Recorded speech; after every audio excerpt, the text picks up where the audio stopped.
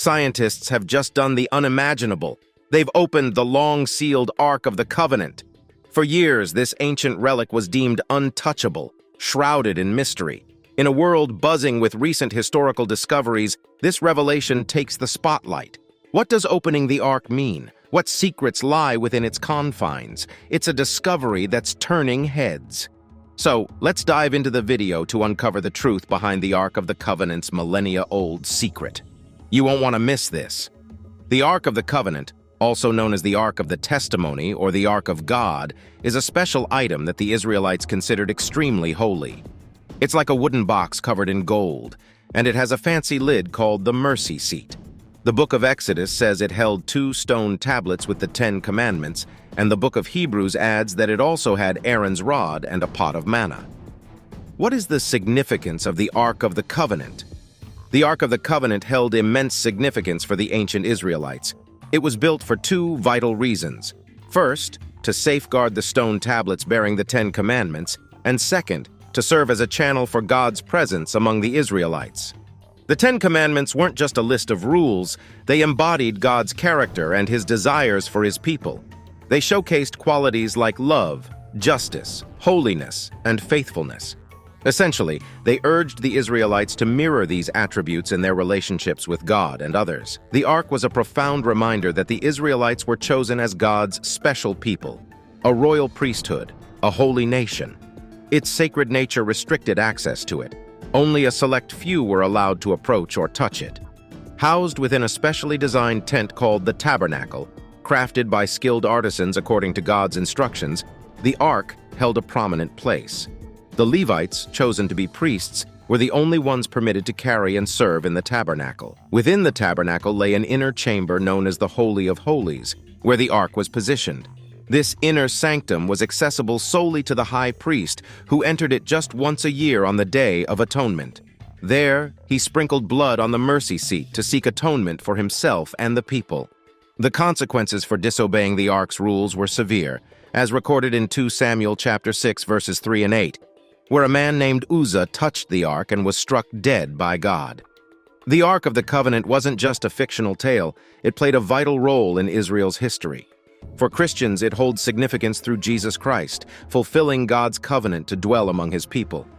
Constructed according to God's instructions, the Ark, made of acacia wood and gold, symbolized God's glory. Carried by Levites during the Israelites' journey, it measured 2.5 cubits and featured a gold rim and a mercy seat for atonement. The Ark housed stone tablets of the 10 Commandments, manna representing God's provision, and Aaron's rod symbolizing leadership. With 2 cherubim atop, it symbolized God's heavenly throne and served as a divine communication point.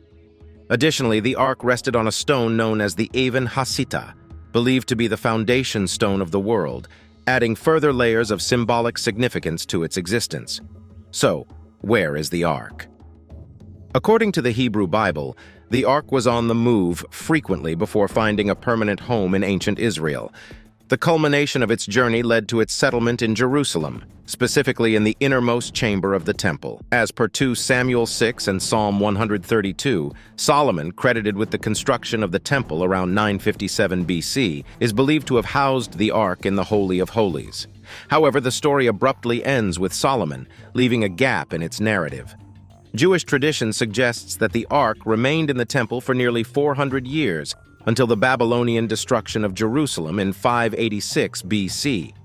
Oddly, the Ark is not listed among the spoils taken by the Babylonians, leading to speculations about its fate. Some propose that it might have been taken from Jerusalem earlier, possibly during Pharaoh Shishak's military campaign in the late 10th century. The fate of the Ark after the Babylonian conquest remains a mystery.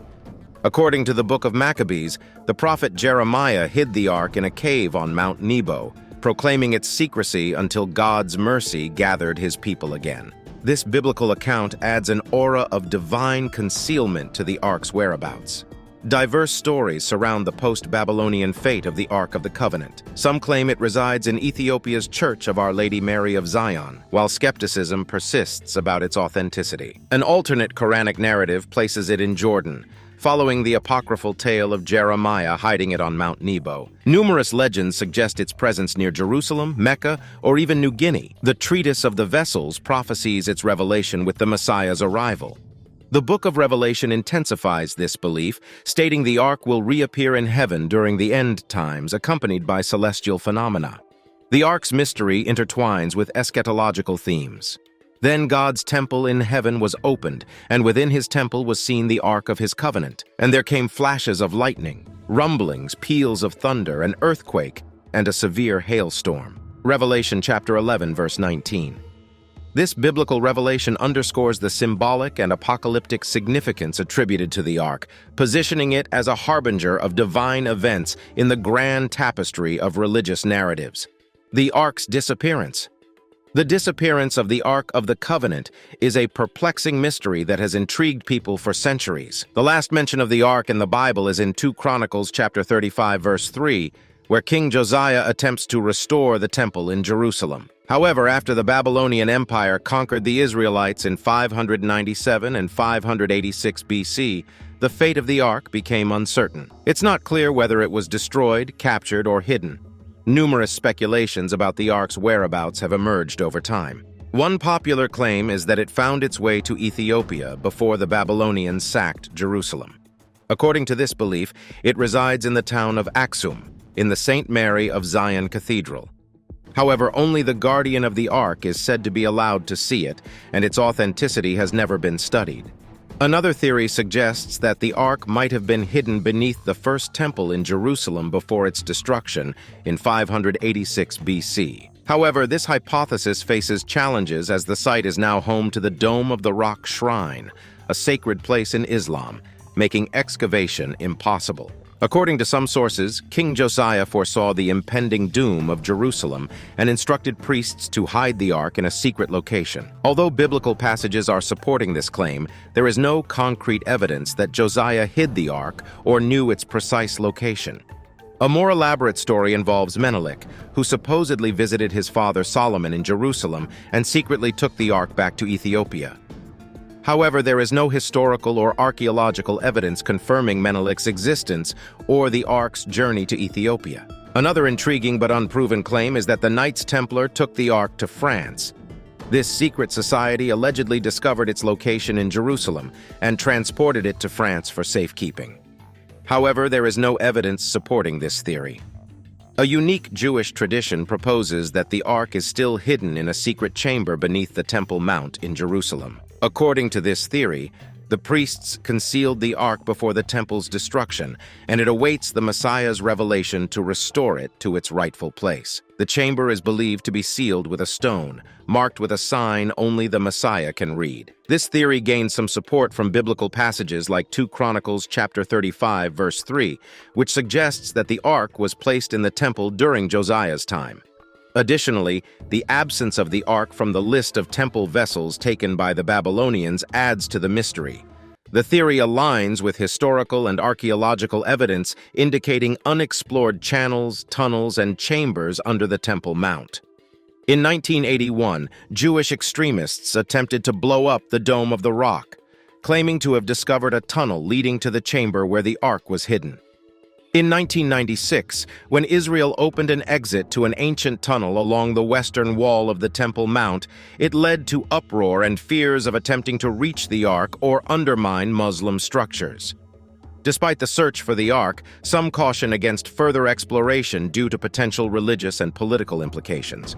There are concerns that attempting to locate the Ark could lead to violence and disputes among Jews, Muslims, and Christians with competing claims over Jerusalem.